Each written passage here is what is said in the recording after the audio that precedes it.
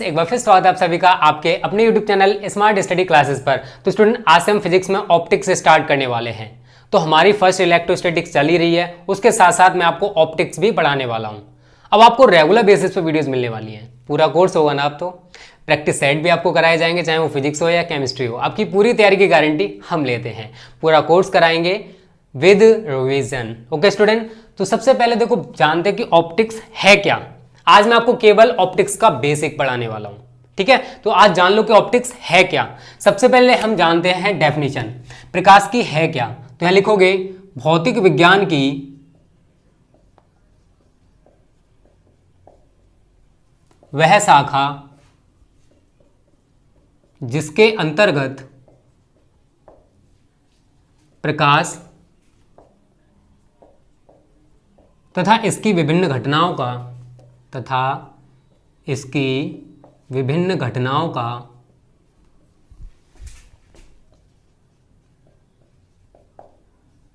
अध्ययन किया जाता है, कॉमा प्रकाश की या ऑप्टिक्स कहलाती है, प्रकाश की कहलाती है। ठीक है। तो स्टूडेंट, अगर आपसे कोई पूछता है कि प्रकाश की किसे कहते हो तो आप आसानी से बता सकते हो, ठीक है, कि प्रकाश की है क्या। तो भौतिक विज्ञान की वह शाखा जिसके अंतर्गत प्रकाश, और देखो प्रकाश में बहुत सारी घटनाएं होती हैं, जैसे प्रकाश का परावर्तन होता है, प्रकाश का अपवर्तन होता है, प्रकाश में ध्रुवण होता है, प्रकाश में व्यतिकरण होता है। ये सारी घटनाएं कहाँ होती है स्टूडेंट? प्रकाश के अंतर होती हैं। तो प्रकाश और इसकी विभिन्न घटनाओं का जहां अध्ययन किया जाता है, उसी शाखा को, फिजिक्स की उसी शाखा को ऑप्टिक्स या प्रकाश की कहा जाता है।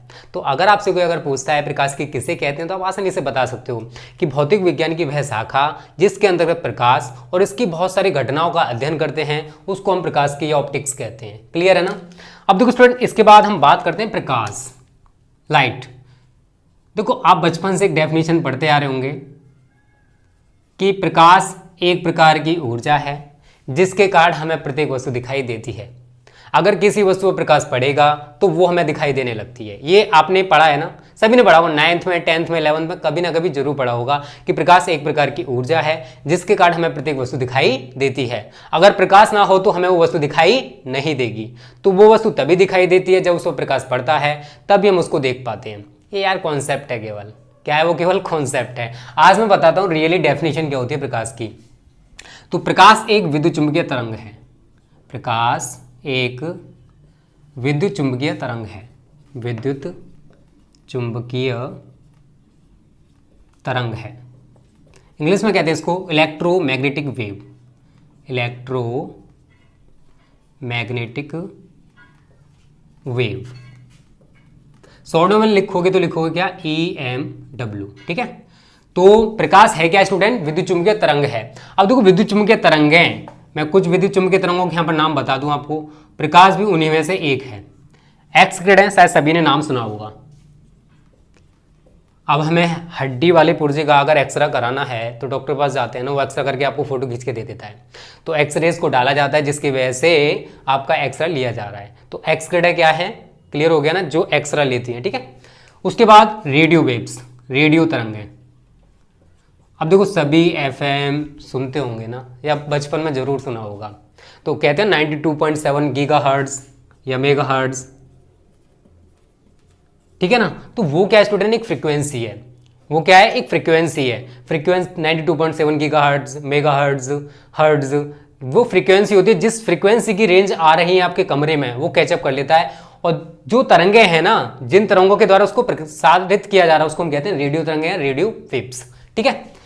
उसके बाद आपने माइक्रोवेव तरंगे नाम सुना होगा, माइक्रोवेव तरंगे।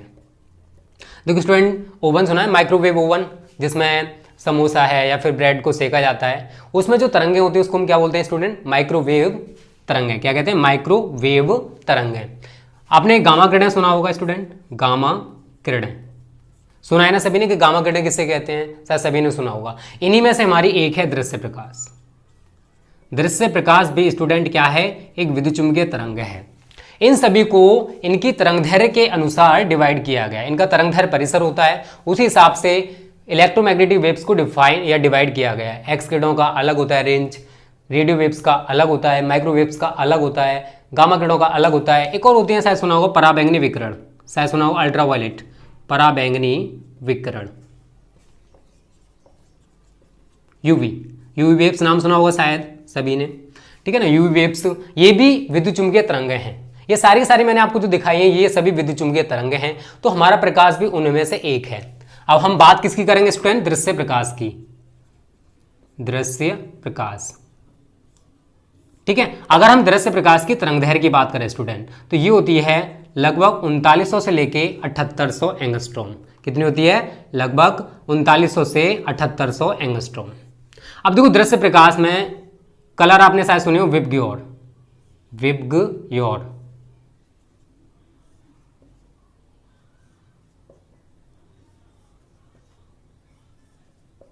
आपने कहते हैं ना इंद्रधनुष बंधा, उसमें 7 कलर होते हैं, तो ये 7 कलर वही होते हैं।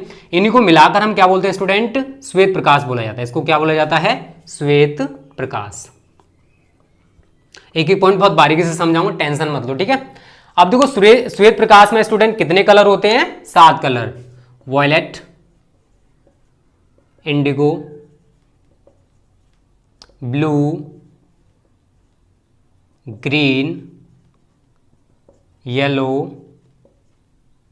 ऑरेंज और रेड। ये सारे सारे कलर होते हैं। और जो आपका वॉयलेट कलर है इसकी तरंगदैर्घ्य होती है स्टूडेंट लगभग 3900 एंगस्ट्रॉम। एंगस्ट्रॉम जानते हो ना, एंगस्ट्रॉम दूरी का एक मात्रक है। एक एंगस्ट्रॉम में 10⁻⁻10 मीटर होते हैं, ठीक है। तो एंगस्ट्रॉम क्या है स्टूडेंट? दूरी या लंबाई का मात्रक होता है। और एक एंगस्ट्रॉम में लगभग 10⁻⁻10 मीटर होते हैं। और जो रेड कलर है ना, इसकी तरंगदैर्घ्य होती है लगभग 7800 एंगस्ट्रॉम। और बची हुई जो आपको ये कलर दिखाई दे रहा है, इनकी तरंगदैर्घ्य इन दोनों के बीच में होती है, ठीक है। वॉयलेट कलर की तरंगदैर्घ्य कितनी होती है? 3900 एंगस्ट्रॉम लगभग। और रेड कलर की जो तरंगदैर्घ्य है वो कितनी होती है स्टूडेंट? 7800 एंगस्ट्रॉम। तो अगर आपसे कोई पूछता है कि प्रकाश क्या है, तो आप आसानी से बता सकते हो कि प्रकाश एक विद्युत चुम्बकीय तरंग है। प्रकाश के संचरण के लिए यहां पर आप लिख सकते हो आगे नोट डाल के जो भी लिखना चाहते हो। प्रकाश संचरण के लिए माध्यम की आवश्यकता नहीं होती है। प्रकाश संचरण के लिए माध्यम की कोई आवश्यकता नहीं होती है। माध्यम की कोई आवश्यकता नहीं होती है।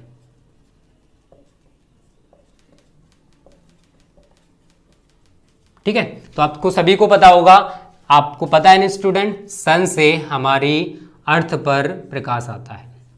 क्या? सन से पृथ्वी, मतलब सूर्य से पृथ्वी पर तुम्हें पता है प्रकाश आता है। अब देखो सन से पृथ्वी पर प्रकाश जो आ रहा है, क्या उसको कोई लेकर आ रहा है? नहीं आ रहा ना। सूर्य और पृथ्वी के बीच में क्या है? निर्वात है, वैक्यूम है।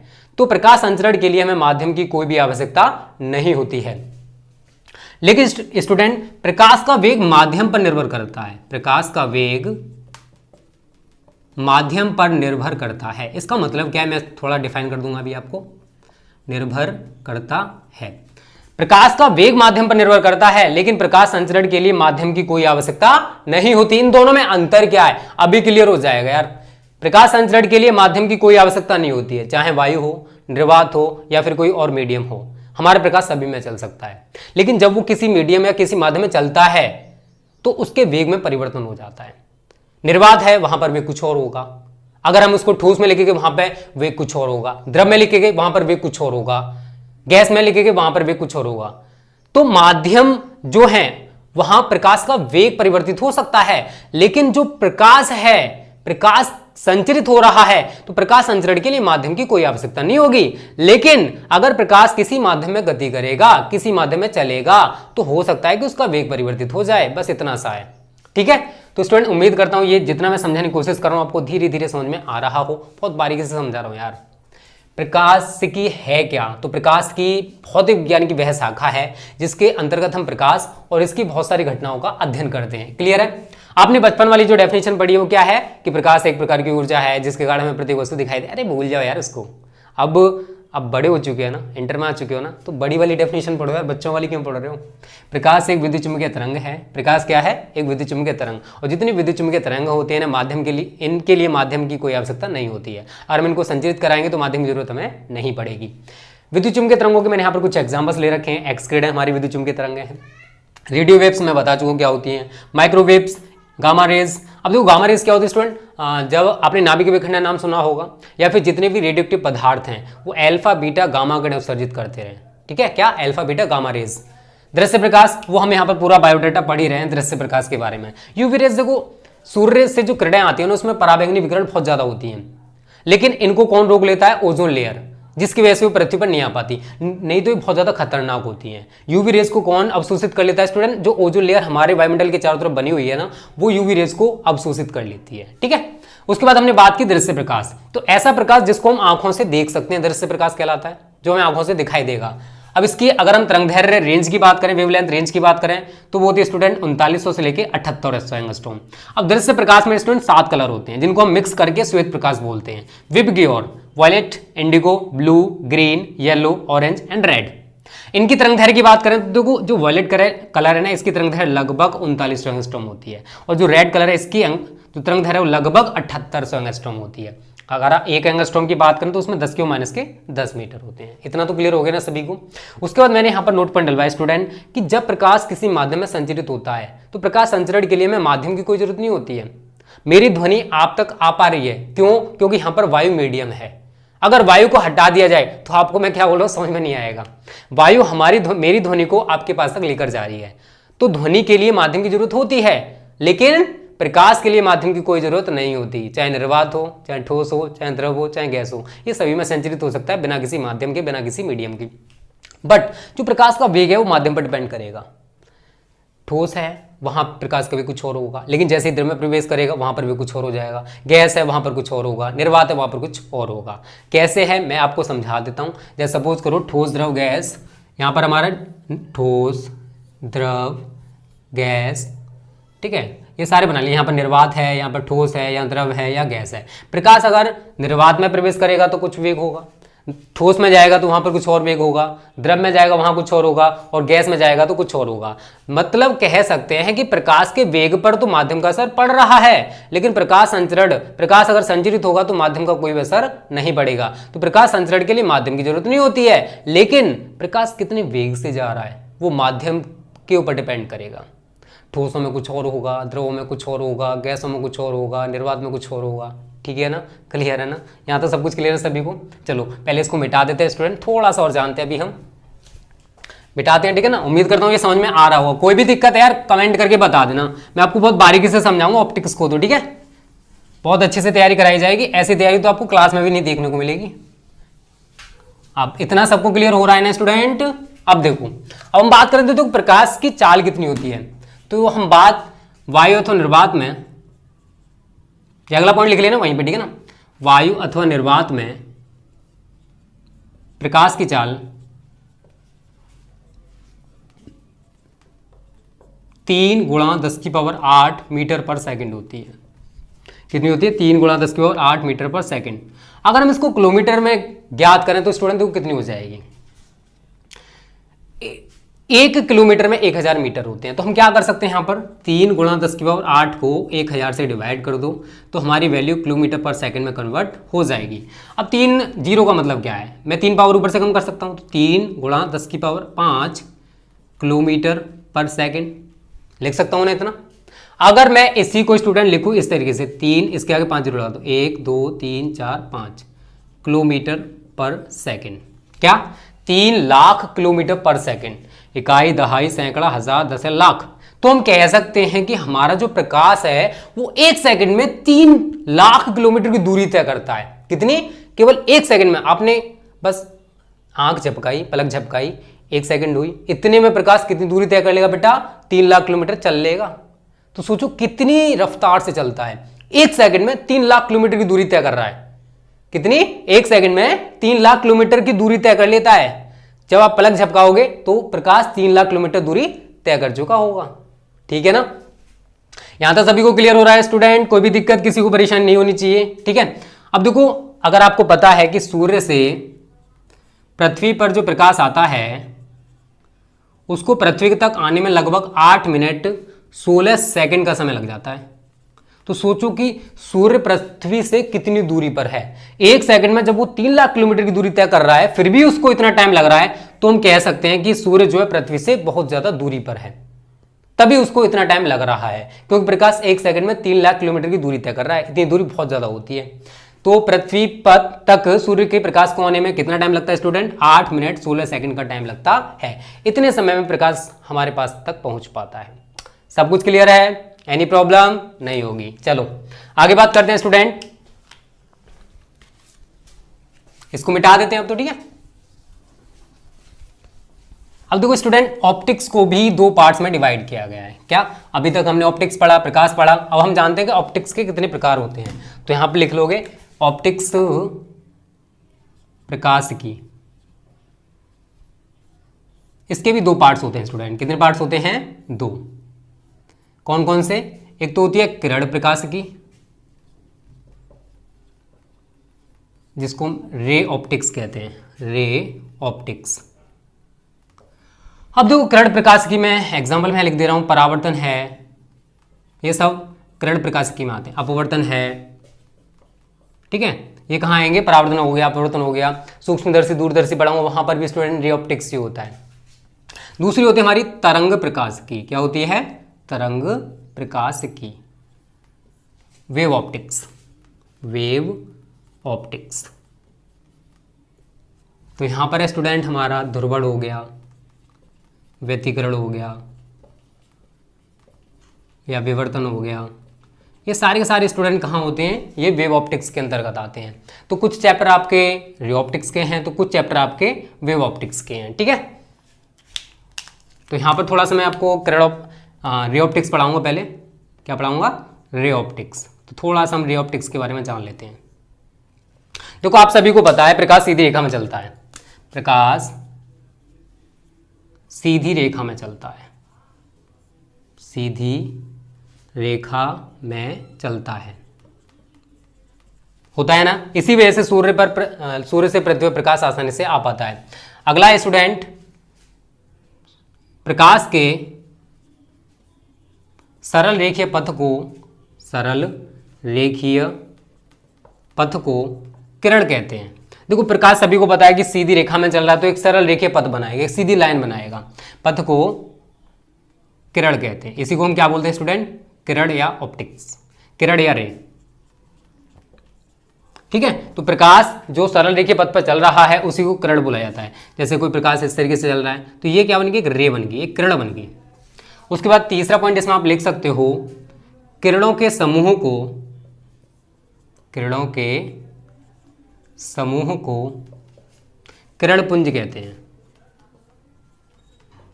किरणपुंज कहते हैं। अब यहां पर बहुत सारी किरणें होंगी, 1 2 3 4 5, बहुत सारी किरणें। तो इसको क्या बोला जाएगा स्टूडेंट? रे पुंज या किरणपुंज। बहुत सारी किरणों के समूह को हम किरणपुंज कहते हैं। तो यहां तक आपको क्लियर हो गया। प्रकाश की को 2 पार्ट्स में डिवाइड किया गया बेटा।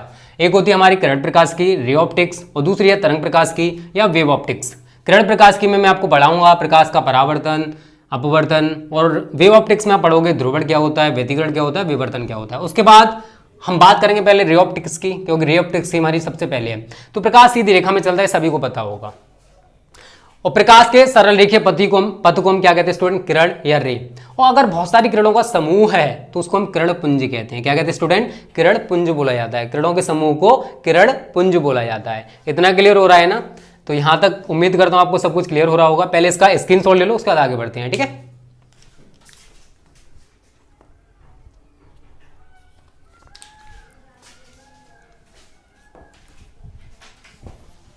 वीडियो पसंद आ रही तो वीडियो को लाइक कर देना जरूर, ठीक है। मिटा देते हैं बेटा इसको। अब जानते हैं स्टूडेंट कि प्रकाश अगर एक माध्यम से दूसरे माध्यम में जाता है तो क्या होता है, कैसे होता है, कब हम प्रकाश का परावर्तन, कब हम प्रकाश का अपवर्तन, ये सब कुछ पढ़ सकते हैं, ठीक है। अब समझो बेटा, हमारे पास 2 माध्यम है। कितने माध्यम है? 2 माध्यम। माध्यम 1 और यहां पर मान लो ये है माध्यम 2। 2 माध्यम मेरे पास आपको दिखाई दे रहे हैं, ठीक है। अलग अलग मीडियम है ये। तो जब प्रकाश एक माध्यम से दूसरे माध्यम में जाता है तो अगर ये पारदर्शी है, दूसरा माध्यम अगर पारदर्शी है तो ऊपर से जो प्रकाश आए वो आसानी से नीचे चला जाएगा, चला जाएगा नहीं चला जाएगा। तो उसको हम कहते हैं जब प्रकाश एक माध्यम से दूसरे माध्यम में चला जाता है तो उसी को हम क्या बोलते हैं, प्रकाश का अपवर्तन। क्या बोलते हैं बेटा, प्रकाश का अपवर्तन। लेकिन अगर इसकी एक सतह को हमने पेंट कर दिया, अब अगर प्रकाश डालोगे तो इस तरीके से आएगा और इस माध्यम में लौट जाएगा। होगा ऐसा नहीं होगा? तो अगर पहला माध्यम और दूसरे माध्यम दोनों अगर पारदर्शी हैं तो प्रकाश की किरण एक माध्यम से दूसरे माध्यम में चली जाएगी, जिसको हम क्या कहते हैं, प्रकाश का अपवर्तन। लेकिन अगर एक माध्यम और दूसरे माध्यम है, देखो ये पहला माध्यम है दूसरा माध्यम है, हमने क्या किया, दूसरे माध्यम की सतह पर पेंट कर दिया, ये था कुछ, ठीक है, इस मन में क्या कर दिया, पेंट कर दिया, तो क्या अब दूसरे माध्यम में प्रकाश आ पाएगा बेटा? नहीं आ पाएगा, पहले प्रकाश में ही वो परावर्तित हो जाएगा।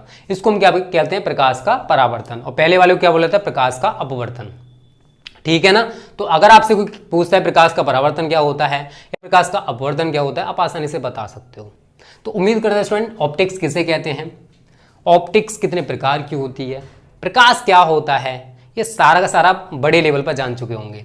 अब अगली जो वीडियो मैं आपको प्रोवाइड करूंगा ऑप्टिक्स की, उसमें मैं स्टूडेंट आपको पढ़ाऊंगा दर्पण और प्रकाश का परावर्तन, कितने प्रकार के दर्पण होते हैं, मिरर्स होते हैं, और प्रकाश का परावर्तन किसे कहते हैं, प्रकाश के परावर्तन के नियम क्या हैं, वो सारी चीजें मैं अगली वीडियो में कवर करने वाला हूं। ठीक है, तो स्टूडेंट यहाँ तक उम्मीद करता हूँ आपको सब कुछ क्लियर हो गया होगा।